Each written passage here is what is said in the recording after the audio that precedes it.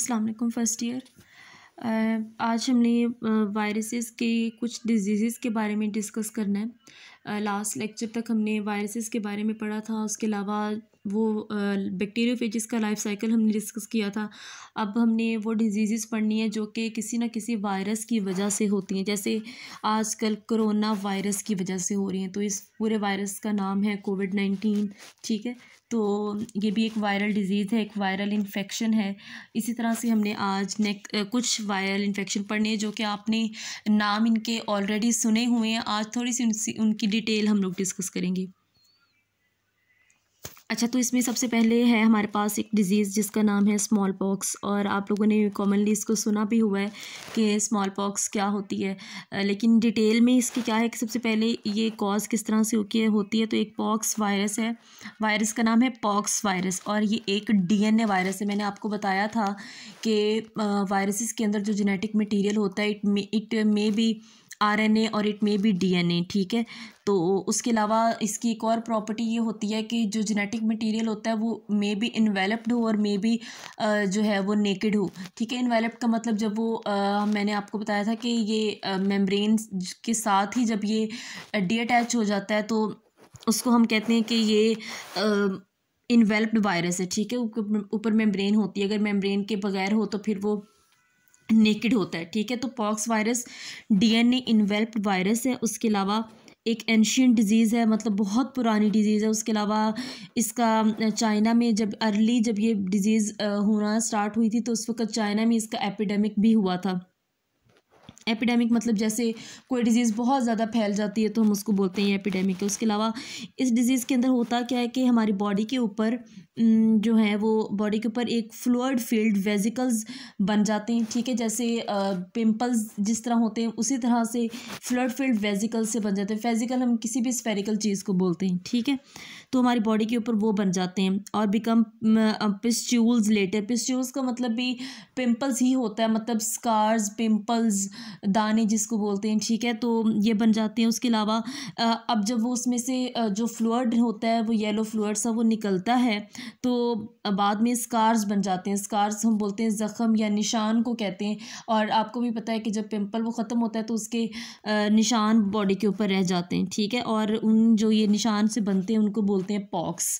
इस वजह से पूरी ये जो डिज़ीज़ है उसका नाम एक तो स्मॉल पॉक्स, ये पॉक्स की वजह से, और पॉक्स वायरस का नाम है जिसकी वजह से इसका ये नाम रखा गया है। मेजर्स क्या है, मतलब प्रिवेंशन किस तरह से इसकी की जाती है। तो 1950s में जब ये डिज़ीज़ का स्टार्ट हुआ था तो उस वक़्त इसके लिए इम्यूनाइजेशन की गई थी, और बाद में जब इसके ऊपर प्रिवेंटिव मेजर्स का यूज़ किया गया तो बहुत सारी जो इसकी मतलब डेंजर था वो कम हो गया था, ठीक है।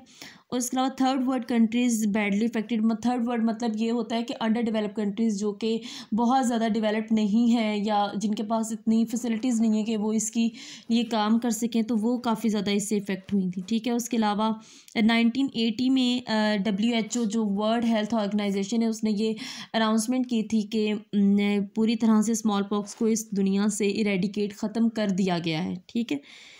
नेक्स्ट जो हमारे पास डिज़ीज़ है वो है हर्प्स सिम्प्लेक्स। तो सबसे पहले इसकी कॉज क्या है, एक हर्प्स वायरस है जिसकी वजह से ये डिज़ीज़ होती है। और हर्प्स वायरस एक डीएनए वायरस है, नेचुरली अकरिंग डिज़ीज़ है और मैनकाइंड के अंदर होती है, मतलब इंसानों के अंदर होती है। उसके अलावा vascular lesions in epithelial layer in the ectodermal tissues. Ectodermal tissues बोलते हैं जो आउटर स्किन के टिश्यूज़ होते हैं, ठीक है। उनके एपिथेलियल लेयर्स जो सबसे बाहर वाली लेयर होती है, थिन लेयर, ठीक है, उसको बोलते हैं। तो थिन लेयर मतलब स्किन के ऊपर वास्कुलर लेयंस बन जाती है। लेयंस हम किसी भी इंजरी को बोलते हैं, ठीक है, जो कि किसी ट्रॉमा की वजह से होती है। तो वास्कुलर मतलब फ्लूइड फील्ड तो बन जाती है, जैसे हम उसको पंजाबी ज़बान में या उर्दू में धदरी बोलते हैं ना, तो ये इस तरह से होती है, ठीक है। और माउथ हमारे जो मुंह के अंदर या मुंह के साथ वाला सारा एरिया होता है ये वहाँ पर होती है।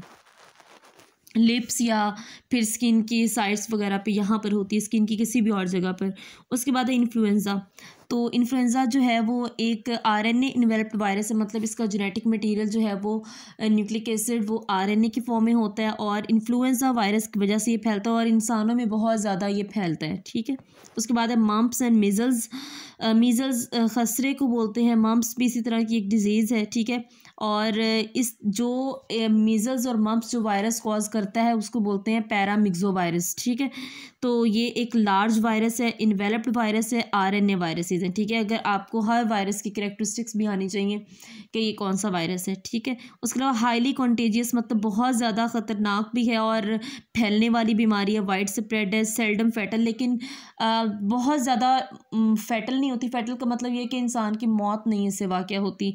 ठीक है, मतलब इतनी ज़्यादा नहीं होती बीमारी के ख़तरनाक के इंसान की डेथ हो जाए। ठीक है, उसके अलावा 60% adult are immune to it, मतलब एडल्ट्स में अगर देखा जाए तो 60% तक इसकी इम्यूनाइजेशन हुई है। ठीक है, उसके अलावा डिज़ीज़ इस तरह की है कि इंसान इसको इंसान किसी भी ऑर्गेनिज्म के अंदर ये हो रही है। ठीक है, तो विक्टिम खुद ही अपनी इम्यूनिटी को स्ट्रॉन्ग कर लेता है जब ये डिज़ीज़ होती है। ठीक है, नेक्स्ट है पोलियो। पोलियो के बारे में आपने सुना हुआ है। पोलियो का जो पूरा फुल नेम है वो है पोलियो माइलिटिस। ठीक है, और ये एक वायरस है पोलियो, उसी वायरस की वजह से ये फैलता है और चाइल्डहुड में ही फैलता है। ठीक है, मतलब ये हो जाता है।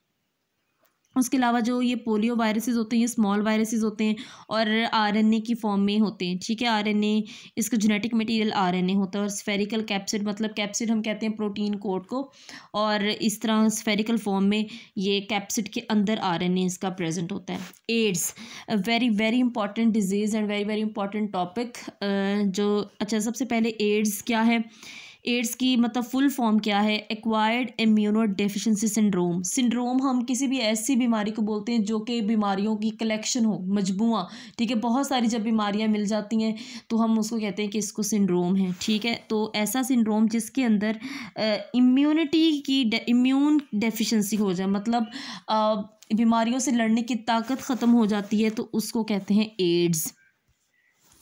अब सबसे पहले एक फिजिशियन थे। ठीक है, सबसे पहले 1980s में यंग मेल्स के अंदर इसको पहली दफ़ा रिपोर्ट किया गया था। ठीक है, उसके बाद उसके अंदर जब उसको रिपोर्ट किया या उसको देखा तो उसके अंदर सिम्टम्स किस तरह की थी, उसको नमूनिया था। ठीक है, उसके अलावा वास्कुलर कैंसर था। वास्कुलर कैंसर मतलब जो भी ये ट्रांसपोर्ट वाटर या फूड की ट्रांसपोर्ट की ये ट्यूब्स वगैरह बॉडी के अंदर होती हैं, वेसल्स होती हैं, उनको कैंसर था। उसके अलावा सडन वेट लॉस बहुत जल्दी होता है। उसके अलावा स्वोलन लिम्फ नोड्स बॉडी के अंदर ऐसे स्ट्रक्चर्स हैं।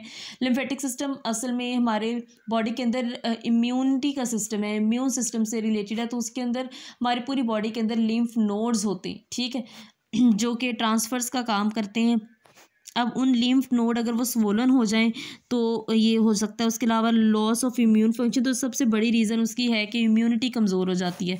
ठीक है, उसके अलावा उसने कहा कि all the young patients were homosexual. उसने कहा कि जिन यंग पेशेंट्स के अंदर इसको ऑब्जर्व किया गया था दे वर होमोसेक्सुअल का मतलब ये होता है कि they keep contact with the same gender. ठीक है, सेम सेक्स के साथ वो उनके सेक्सुअल कॉन्टेक्ट्स अगर हों तो हम उसको बोलते हैं homosexuals.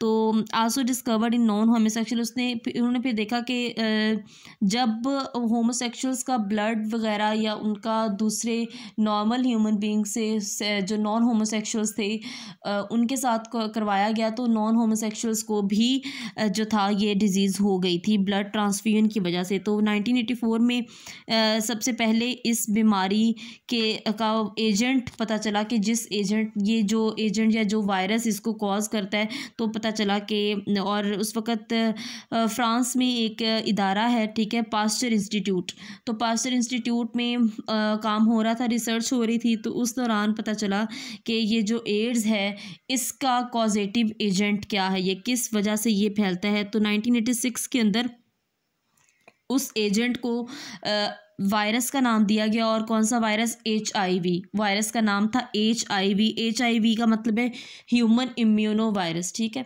Deficiency virus, human immuno deficiency virus. तो तो इसमें क्या होता है कि हमारी इम्यून सिस्टम के सेल्स होते हैं टी लिम्फोसाइट्स। लिम्फोसाइट्स हम वाइट ब्लड सेल्स को बोलते हैं, जो कि हमारी बॉडी को के डिफेंस मैकेनिज्म के लिए बहुत इंपॉर्टेंट होते हैं। तो टी लिम्फोसाइट्स उन्हीं की एक टाइप है। तो ये इफ़ेक्ट हो जाते हैं डेफिनेटली जब हमारी बॉडी के इम्यून सेल्स जो हैं वो एक्टिव नहीं होंगे तो बॉडी बीमारियों के ख़िलाफ़ लड़ेगी कैसे, ठीक है। तो cells in central nervous system also affected. तो इसमें इफ़ेक्ट क्या क्या होते हैं, हमारे नर्वस सिस्टम के सेल्स भी इफ़ेक्ट होते हैं। इसमें बड़ी एक इम्पॉर्टेंट बात की गई, तो HIV वायरस है, ये होस्ट स्पेसिफिक है। मतलब ये है इस बात का कि जो ये HIV वायरस को जब मंकीज़ के अंदर इंसर्ट किया गया तो वहाँ पर HIV वायरस मल्टीप्लाई तो किया, उसने इन्फेक्ट भी किया, लेकिन डिजीज़ कॉज नहीं की, ठीक है। इट्स मीन के दे आर होस्ट स्पेसिफिक, मतलब ये ख़ास किस्म के होस्ट में ही डिजीज़ कॉज करते हैं, ठीक है। अब ट्रांसमिशन का इनका ज़रिया क्या है कि they are transmitted by sexual contact और blood and breast feeding. Breast feeding जब हो तो फिर उसमें अगर फॉर एग्जांपल मदर को है तो बेबी को भी हो सकता है, ठीक है। उसके अलावा ब्लड के ज़रिए से या सेक्शुअल कॉन्टैक्ट के ज़रिए से ये ज़्यादा ट्रांसमिट होता है। उसके अलावा हेल्थ वर्कर्स जो कि प्रोफेशनल एक्टिविटीज़ में काम कर रही होती हैं, हेल्थ वर्कर्स जो होती हैं, ठीक है, उनको भी हो सकता है। वैक्सीन इसके लिए सिंथेसाइज की गई है और साउथ अफ्रीका में ह्यूमन बींग्स के ऊपर ये इसको प्रैक्टिस भी किया गया है, ठीक है। उसके अलावा ये जो नीडल्स और सिरिंजेस हॉस्पिटल्स के अंदर यूज़ होती हैं तो उनकी वजह से भी ये फैल सकता है, ठीक है। तो मतलब ये है कि जब भी आप, और ये बड़ी बहुत बहुत ख़तरनाक डिजीज़ है, अभी तक प्रॉपर इसका कोई ट्रीटमेंट नहीं आया। तो आप लोग भी एज अ बायोलॉजी स्टूडेंट और एज अ गुड सिटीज़न आप लोग भी इस बात का ख्याल रखा करें कि जब भी आप हॉस्पिटल में जाएं अपना कोई किसी भी किस्म का कोई चेकअप करवाने, तो मेक श्योर कि आपके ऊपर जो भी नीडल या सिरिंज यूज़ की गई है वो पहले से यूज्ड ना हो, ठीक है। तो that was all about AIDS and viral diseases. अल्लाह हाफिज़।